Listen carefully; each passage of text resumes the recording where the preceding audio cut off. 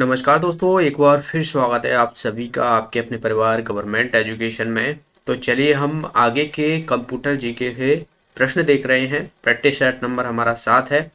और इससे पहले कि अगर आपने वीडियो नहीं देखे तो यहाँ पर एक आई का बटन आ रहा होगा, इस पर क्लिक करके देख सकते हो, या फिर लिंक आपको डिस्क्रिप्शन में मिल जाएगी। तो चलिए हम आज के क्वेश्चन हम डिस्कस करते हैं। देखिए पहले क्वेश्चन की तरफ बढ़ते हैं। पहला क्वेश्चन यहाँ पर दिया हुआ है कि एक मास्टर फाइल में संग्रहित हर रिकॉर्ड में एक कुंजी फील्ड यानी की फील्ड होती है, क्योंकि वो क्यों होती है। एक की फील्ड होती है, दरअसल कोई फाइल है और उसमें हमें एक की फील्ड दी हुई थी। तो ऑप्शन है यहाँ पर यह सबसे महत्वपूर्ण फील्ड है। ऑप्शन बी है यहाँ पर यह रिकॉर्ड की एक अनोखी पहचान के रूप में कार्य करता है। ऑप्शन सी है यह डाटाबेस के लिए कुंजी महत्वपूर्ण है, या बात की जाए यह बहुत ही संक्षिप्त फील्ड है।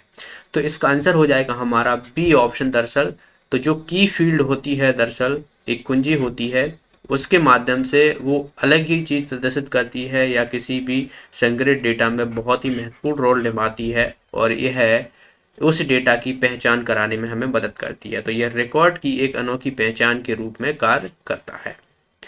अगले प्रश्न की तरफ बढ़ते हैं। इंटरनेट एक्सप्लोरर एक प्रकार का है ब्राउजर, आईपी एड्रेस कंपाइलर, या बात की जाए ऑपरेटिंग सिस्टम। तो इसका आंसर हो जाएगा हमारा इंटरनेट एक्सप्लोरर एक तरीके का ब्राउजर है। आपने देखा होगा जो एक इसका है माइक्रोसॉफ्ट ऑफिस का है,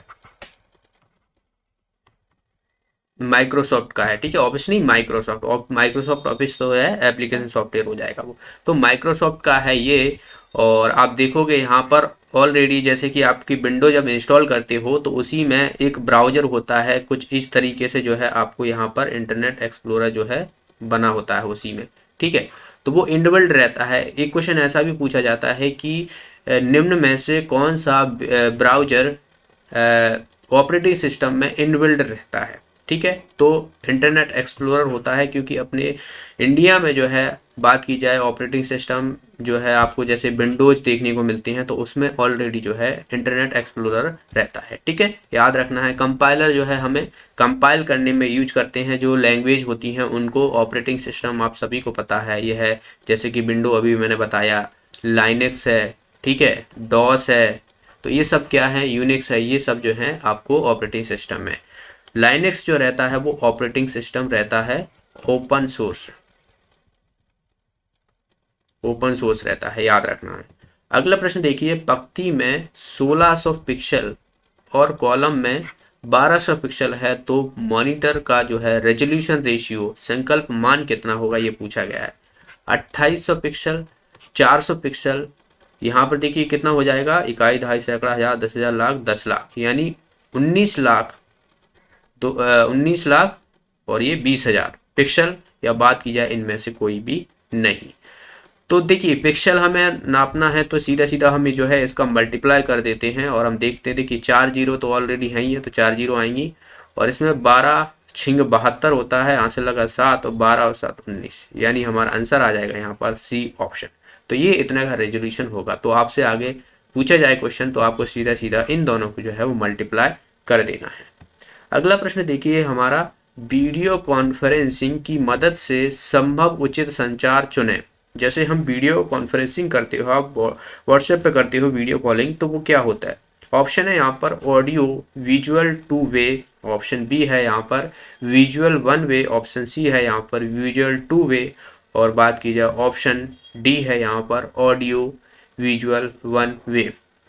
इसका आंसर दरअसल हो जाएगा हमारा ए ऑप्शन। देखिए इसमें आपको ऑडियो भी सुनाई देती है, ठीक है, विजुअल मतलब दिखना भी रहता है विजुअली, और ये टू वे मतलब आप दोनों तरफ से जो है वो बात कर सकते हो। वीडियो कॉलिंग जब आप करते हो तो इधर से ये भी दिख रहा है, इधर से ये भी दिख रहा है, इधर से भी ऑडियो जा रही है और इधर से भी ऑडियो जा रही है, मतलब ये टू वे होता है, और ऑडियो रहता है और विजुअल रहता है। तो इसका आंसर हो जाएगा हमारा ये ऑप्शन। आसान से प्रश्न था, क्वेश्चन की आप यहाँ पर ऑप्शन दिए हो, बस इनको समझ जाते तो आप आसानी से जो है इसका आंसर लगा पाओगे।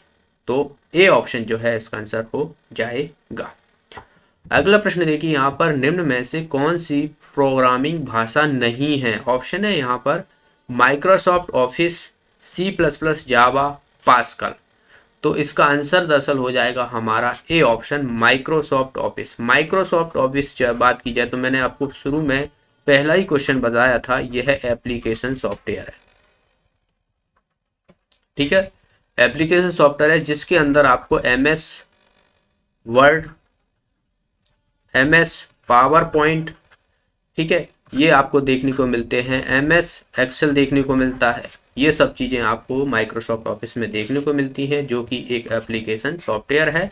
और प्रोग्रामिंग भाषा जैसे कि बात की जाए C++, जावा, ये पास्कल, ये सभी जो है वो प्रोग्रामिंग भाषा है। देखिए पास्कल एक आपको बात की जाए तो साइंस में देखने को मिलता है। साइंस में पास्कल एक यूनिट होती है दाब की, ठीक है, तो वो मत समझ लेना आप। यहाँ पर कंप्यूटर का अलग चीज़ है, साइंस को अलग चीज़ रखना। जो साइंस के जैसे कि बात की जाए हमारी जो फिजिक्स में रहती है, तो वो अलग चीज़ें हैं, ये अलग चीज़ें हैं। तो यहाँ पर बिल्कुल भी मिला मत देना है, वरना आप ये पास्कल लगा दो, अरे ये तो यूनिट होती है दाब की, तो ऐसा बिल्कुल मत करना। कई लोगों को जो है कन्फ्यूजन हो जाता है। तो ये पास्कल जो है वो भाषा है, प्रोग्रामिंग भाषा। जैसे पाइथन होगी तो ये भी एक प्रोग्रामिंग भाषा है, आजकल काफ़ी जो है देखी जाती है, लोग सीखते हैं। नेक्स्ट है यहाँ पर देखिए, जो बाइनरी भाषा कंप्यूटर समझता है उसमें होते हैं प्रतीक। यहाँ पर सिंबल दिए हैं 0 1, 0 से 7, 0 से 9 और A to F, या बात की जाए A to Z, ठीक है, ऐसे। तो देखिए मैंने आपको कई बार बताया, जो हमारी कंप्यूटर भाषा है वो हमारी बाइनरी नंबर समझती है, जिसके सिंबल होते हैं 0 और 1, यानी हमारा A ऑप्शन इसका आंसर हो जाएगा। इन्हें हम क्या बोलते हैं, बाइनरी डिजिट। बाइनरी डिजिट कहा जाता है। ये हमारा ऑक्टल होता है, ये हेक्साडेसिमल होता है, ठीक है, हेक्साडेसिमल।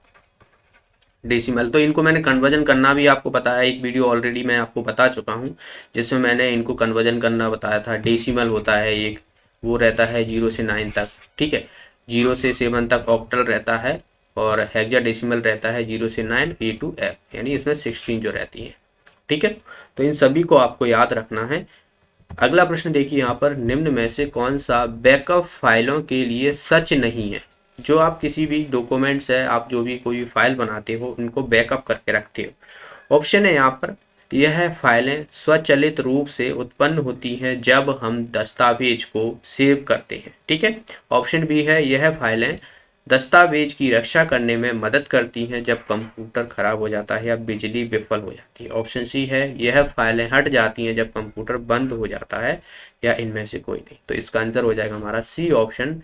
दरअसल जो कंप्यूटर होता है, अगर आप बंद कर दोगे तो वो फाइलें हटेंगी नहीं, ये इसमें गलत दिया हुआ है, ठीक है। तो यहाँ पर बंद कर दिया जाता है तो हट जाती हैं, तो ये इसका आंसर हो जाएगा सी ऑप्शन। जो फाइल रहती हैं, बैकअप रहता है, वो हम इसीलिए बनाते हैं कि अगर हमारा कोई भी डॉक्यूमेंट्स डिलीट हो जाए या कुछ भी हो जाए, करप्ट हो जाए, तो उसको हम वापस ले पाए।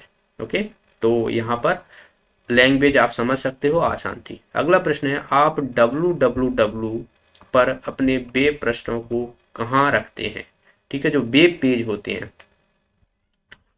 वेब पेज, इनको आप कहाँ पे रखते हो। ऑप्शन है यहाँ पर, इंटरनेट के कनेक्शन पर, एक वेब ब्राउजर पर, एक वेब सर्वर पर, या उपरोक्त के सभी। इसका आंसर हो जाएगा हमारा सी ऑप्शन।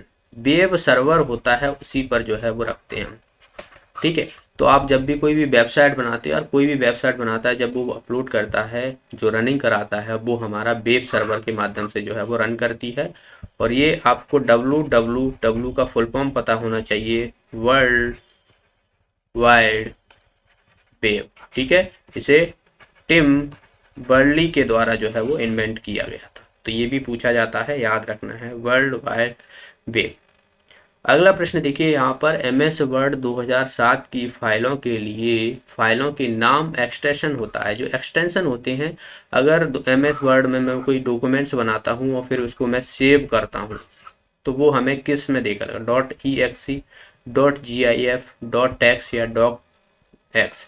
तो इसका आंसर हो जाएगा हमारा डी ऑप्शन, .docx जो रहेगी वो हमारा फाइल का एक्सटेंशन रहेगा, ठीक है। ये किसका रहता है, ये इमेज का रहता है, ये रनिंग इमेज रहती है, GIF, टेक्स्ट रहते हैं ये, ठीक है। तो ये आपको याद रखना है। अगला प्रश्न देखिए यहाँ पर, ऑपरेटिंग सिस्टम का प्राथमिक काम किसका मैनेज करना होता है। जैसे कंप्यूटर में आपके पास ऑपरेटिंग सिस्टम होता है, सभी में ऑपरेटिंग सिस्टम होता है, तो उसमें जो है प्राथमिक काम क्या करता है, कमांड, यूजर, प्रोग्राम या रिसोर्सेस, तो इसका आंसर हो जाएगा हमारा डी ऑप्शन। रिसोर्सेज जितने भी हैं उनको मैनेज करना होता है ऑपरेटिंग सिस्टम का। ठीक है, प्रोग्राम ये अपने आप अलग है, जब आप किसी प्रोग्राम वहाँ पे परफॉर्म करोगे तभी चीज़ें होंगी, लेकिन शुरुआत में जब वहाँ पर जो रिसोर्सेज हैं उनमें सारी चीज़ें सप्लाई करना, ठीक है, कहाँ कहाँ पर कौन कौन सी चीज़ें वर्क कर रही हैं, ये सब चीज़ें रिसोर्स हमें मैनेज करता है ऑपरेटिंग सिस्टम। अगला प्रश्न देखिए, यहाँ पर निम्न फाइलों में कौन सी फाइल वर्ड प्रोसेसर के उपयोग से बनती है। वर्ड प्रोसेसर, ठीक है, वर्ड प्रोसेसर।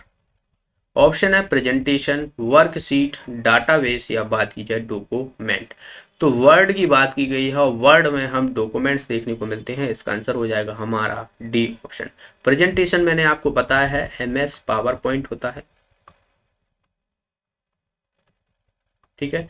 वर्कशीट आपको ये देखने को मिलेगी एमएस एक्सेल में, ठीक है। डाटाबेस, तो डाटाबेस तो एक सीट ही है पूरा, जब भी आप कोई डाटा बनाते हो तो वो पूरा डाटाबेस ही कहलाता है, ठीक है। तो वर्ड प्रोसेसर का उपयोग हम डॉक्यूमेंट्स में बनाने में करते हैं। अगला प्रश्न है यहाँ पर, एक कोडिंग संरचना है, कोडिंग स्ट्रक्चर है जिसमें अक्षर एक समानांतर पैरेलल वार की श्रृंखला में प्रतिनिधित्व करते हैं होते हैं। वार कोड, मेन्यू बार, न्यूमेरिक बार या इनमें से कोई नहीं। तो आपने देखा होगा कि जब आप कहीं दुकान पे जाते हो, जो हमारे पैकेट रहते हैं उस पे क्या रहता है, बारकोड रहता है। बारकोड में आपको ये देखिए, इसमें ये आप जो देख रहे हो यहाँ पर शायद आपको दिख रहा होगा, ये देखिए पैरेलल लाइन है इसमें, ठीक है, ये पैरेलल लाइन है, यही दरअसल जो है वो बारकोड होता है। इसका आंसर हो जाएगा हमारा ए ऑप्शन, ठीक है। तो एक समांतर जो सलाखों की श्रृंखलाओं को प्रतिनिधित्व होता है वो हमारा बारकोड ही होता है। अगला प्रश्न है यहाँ पर HTML। HTML का फुल फॉर्म पूछा गया है, आप सभी को पता होगा, हाइपर टेक्स्ट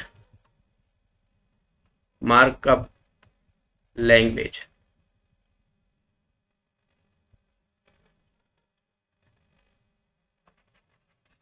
ठीक है, language, hyper text markup language, जिसको हम किसमें, वेब डिजाइनिंग के लिए यूज करते हैं, ठीक है, वेब डिजाइनिंग के लिए यूज करते हैं। अगला प्रश्न देखिए यहाँ पर, QRT, इसे हम बोलते हैं QRT, QWERTY, ये होती है। तो ये क्या होती है, स्कैनर होता है, पेन लाइट होता है, माउस होता है या कीबोर्ड होता है। तो ये आपको पता हो, तो जो हमारी कीबोर्ड होती हैं तो उसके ऊपर के सबसे जो लाइनें होती हैं वही होती हैं QRT। क्यू के बाद आपको W मिलेगा, फिर E मिलेगा, फिर R मिलेगा, फिर T मिलेगा, फिर Y मिलेगा। आप शुरुआत की देखोगे तो ये कीबोर्ड होता है। इसका आंसर हो जाएगा हमारा यहाँ पर डी ऑप्शन, ठीक है। स्कैनर, लाइट पेन, ये सब जो है अलग इनपुट आउटपुट डिवाइसेस हैं। जैसे कि लाइट पेन हो गया तो ये यहाँ पर आपको इनपुट डिवाइस हो गया, माउस हो गया, स्कैन करने वाला हो गया इनपुट डिवाइस, तो ये सब जो है आपको इनपुट डिवाइस देखने को मिलते हैं। अगला प्रश्न है यहाँ पर, इनमें से कौन सी कीज वर्तनी और व्याकरण की जांच करता है। वर्तनी और व्याकरण, ठीक है। ऑप्शन है यहाँ पर F2, F5, F7 या Shift+F7। तो ये वर्तनी अगर कोई भी त्रुटि है उसमें, ठीक है, और व्याकरण में, तो ये हमें F7 के माध्यम से देखने को मिलता है। इसका आंसर हो जाएगा हमारा सी ऑप्शन। तो मैं यहाँ पर आपको कुंजी एक बार फिर से याद दिला दूँ, देखिए F1 का यूज हम जो है हेल्प के लिए यूज करते हैं, F2 का हम जो है वो रीनेम के लिए यूज करते हैं। कोई भी हमें डॉक्यूमेंट्स, फाइल, फोल्डर है उसका रीनेम करना है तो हम F2 का यूज करेंगे। F3 का जो है हम open A search feature for application दस करंटली एक्टिव, जो करंटली एक्टिव है उसको सर्च फीचर के लिए हम यूज करते हैं। F4 का हम जो है विंडो क्लोज, Alt+4 करोगे तो अब विंडो क्लोज हो जाएगी। और F4 move the focus to the address bar, okay. F5 का यूज करते हैं हम रिफ्रेश करने के लिए, रिलोड करने के लिए पेज को, ठीक है। तो इसके लिए हम यूज करते हैं, अगर हमें MS पावर पॉइंट में स्लाइड चलानी है तो हम F5 का यूज करते हैं, ओके। F5 का रिफ्रेश, रिलोड, और जो MS पावर पॉइंट होती है उसमें हम जो है स्लाइड चलाने के लिए। F6 का टॉगल की है एक तरीके से, toggle between desk sheet, between files, task bar, इन सब के लिए यूज करते हैं हम, अलग अलग जगह हमें इसमें देखने को मिलता है। F7 का आप ग्रामिकली मिस्टेक हो गया, जैसे कि पिछला क्वेश्चन पूछा गया था, तो उसके लिए हम जो यूज करते हैं। F8 का यूज वो करते हैं वो turning on the computer boot menu में जाने के लिए, ठीक है।